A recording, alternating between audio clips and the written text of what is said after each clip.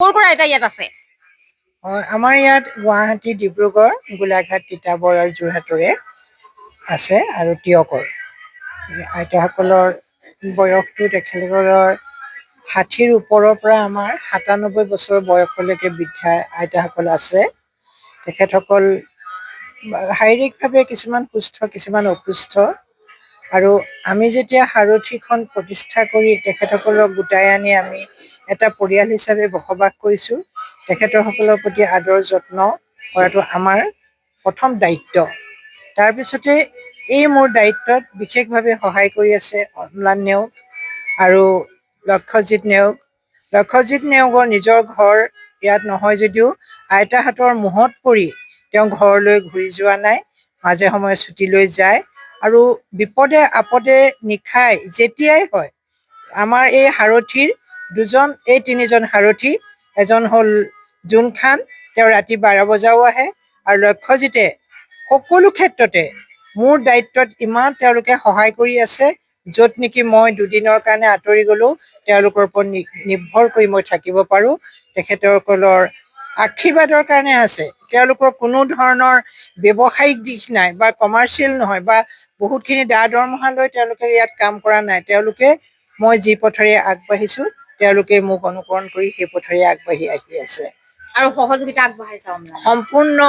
অম্লানে সম্পূৰ্ণ সহযোগিতা। তেওঁ টেলিফোন কৰি খা খবৰ লৈ থাকে, আহি থাকে মাজে মাজে। আৰু জোনখান আৰু লক্ষ্যজিতে হাড়ে হিমজুৱে অনুষ্ঠানটোৰ লগত ইমান জড়িত হৈ গ'ল যে তেওঁলোকে কোনো দিনটোৰ ভিতৰত 2 ঘণ্টা সময়ো আঁতৰি থাকিব নিবিচাৰে। ভগৱানে তেওঁলোকক মংগল কৰক। কেনেধৰণে জড়িত হৈ পৰিলে ইয়াত? হয়, প্ৰথমতে মই ওচৰতে মোৰো আপোনাৰ ইয়াত অনুষ্ঠান এটা আছে, তো তাত আৰু এয়া মণিকা বাইদেউৰ লগত মই নিজৰ মা নিচিনা মই তেওঁক ভাবোঁ। তো তেওঁ মোক যিখিনি নজনা কথাও তেওঁ ওচৰলৈ আহিলে শিকিবলৈ পাওঁ। আৰু মোৰ নিজৰ আইতা নাই, তো ইয়াত আহিলে মোৰ সেই আইতাৰ যিটো মৰম সেইটো মই অনুভৱ কৰোঁ ইয়াত। আৰু ইয়াৰ লগত জড়িত হৈ থাকি মই মানে বহুত আনন্দ পাওঁ নিজে। আৰু সদায় সকলোটো অনুষ্ঠানত, সকলোটো পৰ্বত মই ইয়াৰ লগত জড়িত হৈ থাকিব বিচাৰোঁ। সকলো আছে, তথাপি মানে মই বিয়া কৰিছোঁ ইয়াৰ পৰা। মই যোৰহাটৰ মোৰ মিছেছৰ ঘৰ, তেখেত ইয়াতে মই এই থ্ৰুৱেদি মানে। আৰু আচলতে কি হয়, আণ্টিৰ লগত মোৰ এটা ঘনিষ্ঠতা আছে। ঘনিষ্ঠতা কিয়, তেখেতৰ অৰিজিনেল ঘৰ আমাৰ লখিমপুৰতে হয়। সেই থ্ৰুৱেদি চিনাকি হ'লোঁ। চিনাকি হৈ নাই এনেকৈ নহয়, মই আইতাহঁতক বিশেষ তেখেতৰ লগত চিনাকি হোৱাৰ পিছত আইতাহঁতৰ লগত মই টাৰ্মছত আহিলোঁ। তেখেতে অহাৰ পিছত মোক ইয়াত মানে কি হ'ল, আপোনালোকৰ আইতাহঁতৰ মূৰটো মোক এৰিব নোৱাৰা হ'লোঁ।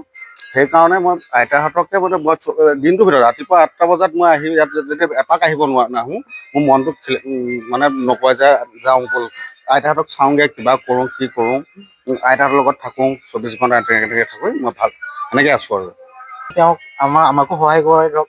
আৰু আমি ইয়াত ইটো কামত মানে ব্যস্ত হৈ থাকোঁ আইতাহঁতৰ লগত। প্ৰতিটো কামত কিবা এটা দিনটোত ধৰক 2-3 বাৰ আহোঁৱেই।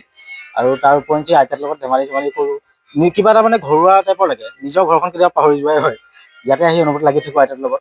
এই গানে বজনাই বিহু, ঈদ প্ৰতিটো উৎসৱে ইয়াত মানে পালন কৰা হয়। প্ৰতিটো বহুত ধুনীয়াকৈ কৰা